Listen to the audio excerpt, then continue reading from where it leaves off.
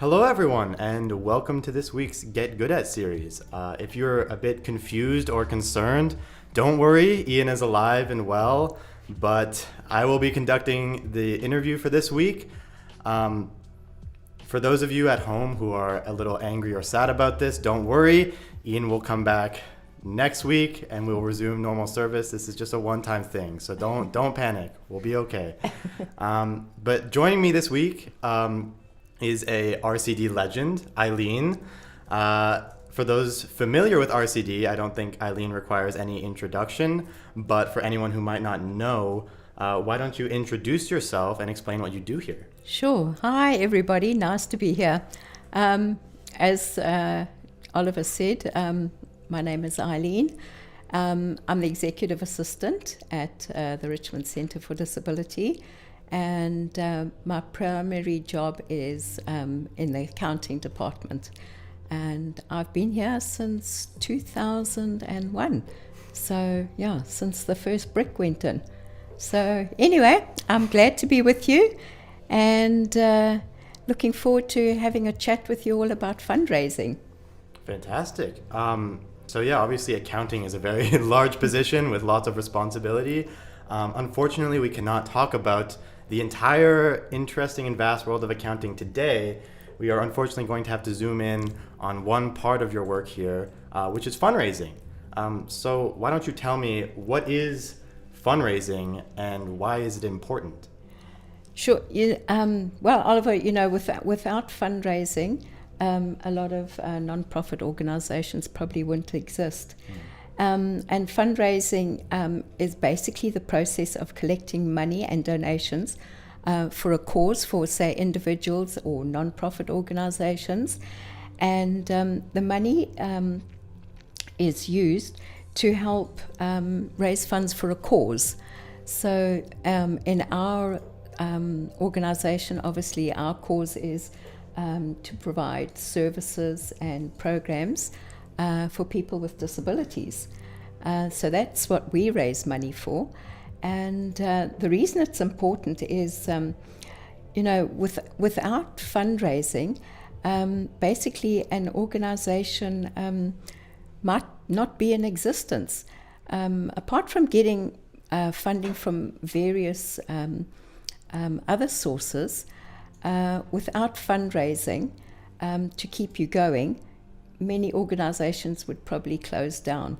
And that's why it's really important to fundraise and have a good donor base and people that you can rely on to support your organization and your causes. Absolutely. So how does fundraising actually work? Right, that's a huge question to answer, but basically, how fundraising works is with your organization, you obviously have members, you have family members, you have people that belong to your organization, people who support your organization, and to get the message out to fundraisers and their donor base, you can do it in various different ways. Possibly, the best way these days is emails, contacting with your donor base, have a good donor base, and increase your awareness in the community. That is a huge asset, being well known in the community and what your causes are and what type of organization you are and who you support in the community. Yeah, I can see how that kind of clarity of your goals and intentions would be very important for fundraising. It's important for people who are donating to know what their money is going towards. Exactly. Yes. Oh, definitely. Mm-hmm. And we've just had our annual fundraiser last Friday on the 19th of November, and it was our second online concert. And it was very well supported, and we exceeded our target of $30,000, which was fantastic, but does take a lot of organization, and I don't think when you first get into fundraising how much time and effort it takes from various people and support people and volunteers especially to put on a fundraiser. It's not just, it doesn't just happen out the blue, no. You know. And as you'll know, with you being involved in our fundraiser this year, we started the planning way back in July. So from July to November, you know, good 5.5 months of planning to get the fundraiser off the ground.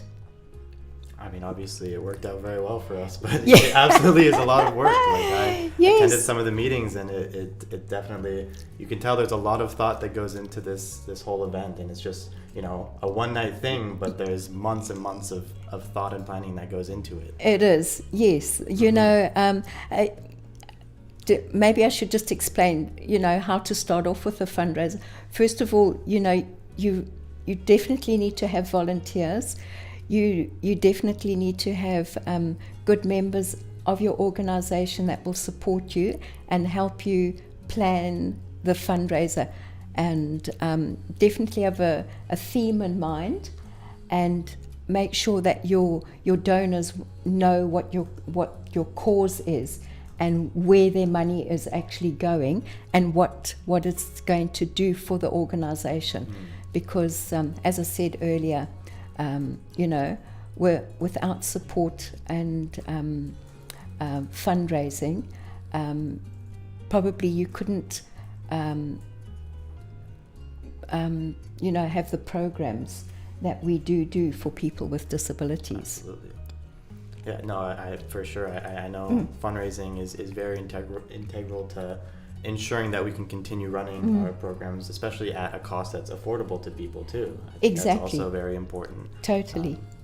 Yeah. But yeah, so I guess just, I mean, you mentioned the importance of fundraising to nonprofit organizations in general, but I'm curious to ask, you know, as a nonprofit organization, how much does RCD rely on fundraising and donations to continue running our organization services?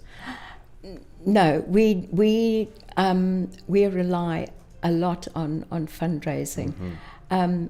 Obviously, we do have funding from other sources, but without fundraising, you know, we wouldn't be able to put on all the programs and services that we provide at the moment to our participants rather.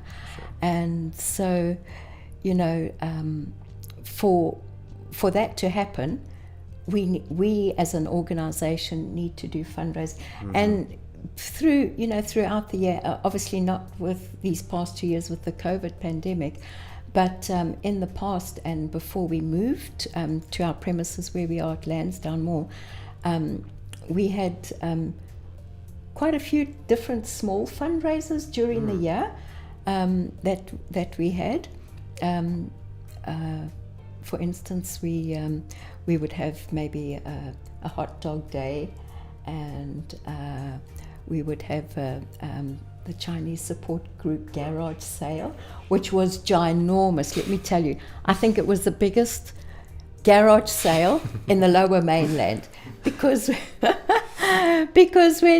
when the organizing committee of that, they would come in to our offices probably a good month or so before, and our one resource room, it was chock-a-block to the ceiling with donations from people for our garage sale. It was absolutely the best garage sale ever. So yes, but obviously where we are now, it's not, we're not able to hold that, but hopefully back in the future, if we move to our new premises one of these days, we will be able to do that again, and I'm sure the whole of Richmond and the Lower Mainland will attend. Absolutely. Yeah.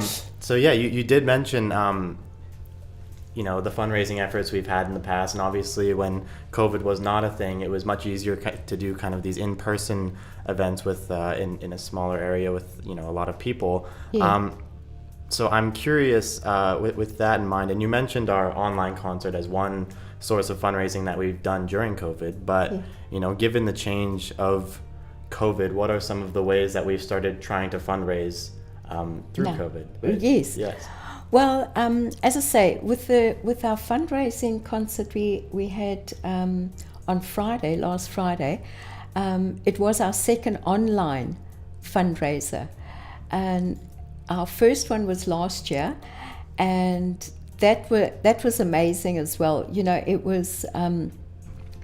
It was put together very quickly, and all our staff members and everybody that supported us did a tremendous job, and it was quite scary doing an online concert for the first time.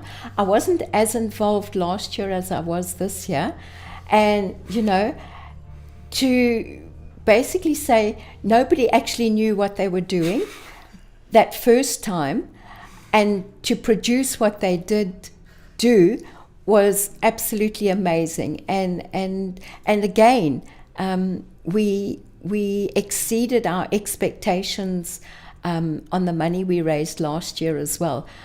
If I remember correctly, we thought we maybe get about $10,000 last year with our fundraising concert, and I believe we got 20 or just over 20,000 last year. So our expectation, although we had it a little bit lower than we thought, we just exceeded it exponentially, and it was fantastic. And the same again this year. But let me tell you, our staff and all the people that have supported us this year, they have gone above and beyond what we expected. And to put on a fundraising concert online takes a lot of background planning. The editing is a huge aspect of what we did, and we've got some very, very talented staff members and volunteers that help us put on this concert last year. For sure. Two questions. Yeah. Go ahead, Jared. Yeah. So the first question is coming from June. He says, has fundraising become more difficult during the pandemic as people may have less financial resource coming? I think that's it. So what June has just asked is whether fundraising has become more difficult during the pandemic. I believe, especially related to how people might be more financially in a more difficult position, but I think also with RCD having to contain our activities. Yes. In one way, I think what it is, it's actually been a bit of an advantage to us in one way, basically because in the past we've always had a fundraising gala, which has been at a hotel, and we've had entertainment and that kind of thing. Whereas because of the pandemic, and we've still had to fundraise for our organization, we've had to think outside the box to do something different. And I think that's increased our, what would you call it, our creativity in putting on a concert, or putting on a fundraiser rather. So yes, in one way it has been difficult, but in another way, I believe it's been an advantage for us as well. Absolutely, yeah. Yeah. I mean, you know what they say, necessity is the mother of all creation. Absolutely. So I think Yes. this pandemic, definitely the necessity of needing to fundraise led us to this wonderful idea, which is the online concert. Yes, And yes. it seems like a fantastic fundraiser that people obviously seem to very much enjoy, because we've Absolutely. surpassed our expectations both years. Yes. And I think perhaps it's also worth mentioning that the donation, you can still donate to the online concert through our website, through the Simply K platform. So I think it's also worth mentioning that that is still open to donors if they desire. So was there another question from the audience? So Sally is wondering how long the preparation takes in difference of like the online concert or the gala? Okay, so Sally has asked how long the preparations take in the online concert versus the gala. Right. Well,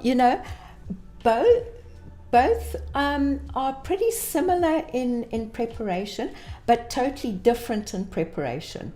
Because, as I just mentioned earlier, with our fundraising online concert, we had to record the performers and do editing. And not that I know a lot about editing, but I do know it is a very, very time-consuming job. And without a volunteer that did our editing for us, the online concert probably wouldn't have taken place. And with all the coordination that goes on, not only just for the fundraising concert, but also for the galas. There's a lot of preparation. You've got, for instance, for the galas, you have to book entertainment, you have to book a hotel. If you may be doing a fundraising silent auction, you've got to get donations of prizes for the silent auction. You've got to organize the food with the hotel. And there's a lot that goes into it. Absolutely. You've got to organize seating, because some people want to sit with this family and some people want to sit with that family, and there's a whole seating chart that has to get organized, and there's a lot that goes into it. So I can't say there's more preparation for one than the other. I would definitely say both take a lot of preparation, and the best thing to do is start early. Don't start the week before. Absolutely. So I think maybe at this point, some of the people at home might be curious of some of the ways they might be able to get involved with fundraising. Sure. Well, we can always have volunteers, and RCD loves volunteers, and a lot of organizations, again, without volunteers, their organizations would not exist, because we do rely a lot on volunteers, and volunteers do a lot of behind the scenes preparation for us as well. So all you have to do is contact the Richmond Centre for Disability, and you can phone us 604-232-2404, and our volunteer coordinator is Ian, who's a great guy, and he knows all about volunteering. So he's our number one volunteer go-to person. The other thing, if you want to donate to us, you can go onto our website, which is www.rcd@rcdrichmond.org. And you can go onto our platforms there. We've got Canada Helps, and we have Simply K, easy ways to donate. And you can even look at our website there, of course. And there's a lot of information on our website about volunteering, what we do, what our organization is all about, our mission statement, and what programs and services that we offer. So please feel free to go onto our website. One question? Mm-hmm. So, what the fundraising plan for 2022? Will we have another online concert? So the question is, what is the fundraising plan for 2022, and will we have another online concert? Wow. I need to get over this one first. We just got over the line, yeah. I know it was good, but give it some time to simmer down. Oh, wow. 2022. As I say, RCD thinks outside the box. So I'm not going to commit ourselves to either one. Nearer the time, our fundraising concerts are normally October, round about that time, October, November next year. So I will keep you posted and let you know. How about Gonna that? have to wait. Stay posted. Stay Yes, involved with yeah. RCD. Yes, stay tuned. Absolutely. So yeah, we've talked a lot about what goes into fundraising. What I'm curious about, what do you like about fundraising? What draws you to it? As a thing to do. Fundraising actually connects you with a lot of people that otherwise you wouldn't meet or you wouldn't get involved with, and it's very satisfying once you've done a fundraiser at how much people appreciate the efforts that you've gone to, not only just for the organization but for the people that you serve and the people in the community. They appreciate how you're trying to support people with disabilities, and it's great to have a fundraiser where you're all together, for instance at the gala. Yes. And you just have a great time, and it's community based, and it just brings people together. So that's one of the enjoyable. Is there like a certain satisfaction in seeing the end product of months of work finally coming together and yes, make it this is. cohesive? Oh, absolutely. When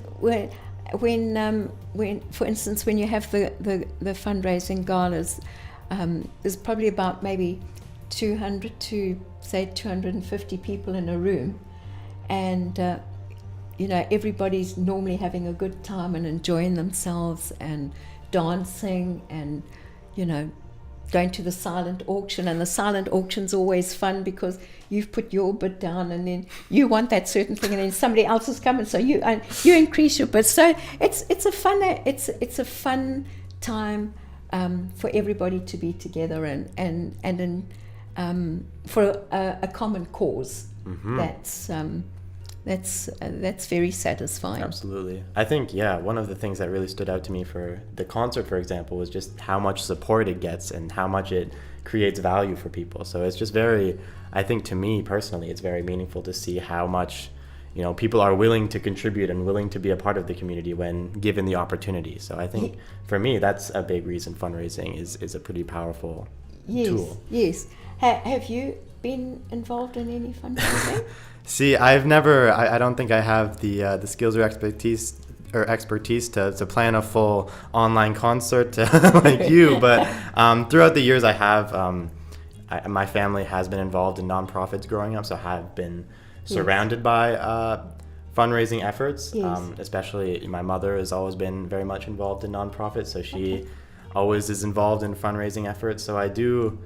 Yeah, I do kind of see the events that get put together, and it's always, I think the whole creativity of the events is something that also, we talked about it a bit earlier with like the online concert and how it was something that really only came up because COVID created the necessity for it. Absolutely. But I think, with these fundraising efforts, there is a lot of creativity that goes into it, and it's very, it's cool to see that kind of project get put out there in this whole communal effort. Yeah, and it's not just one person that's involved behind the scenes of doing a fundraising event. It's a lot of people behind the scenes that sometimes don't get recognized or whatever. But yes, there's a lot of people behind the scenes that make these really good fundraising events happen. And, absolutely. Yeah, and I will say we have a fearless leader in our executive director, Ella Wang. She definitely motivates us to get our asses moving. Indeed. Yeah, because sometimes we're a little. I don't think. Yes, we can do it, and off we go. And off. Sometimes you just gotta set things in motion. No, we do it, and off we go. Yes.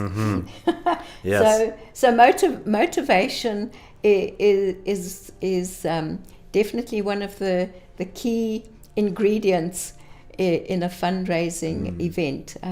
Absolutely. You might not think that you can do something, but when somebody's, you know, got the torch under you and lighting your pants on fire, you get going, you know, and you just make it happen. And for sure. I mean, it all works out in the end somehow. Yes, I think another thing I'm very curious to know is what have been, you know, obviously you've been doing this for a while, as you've mentioned. What have been some of your best experiences with fundraising over the years?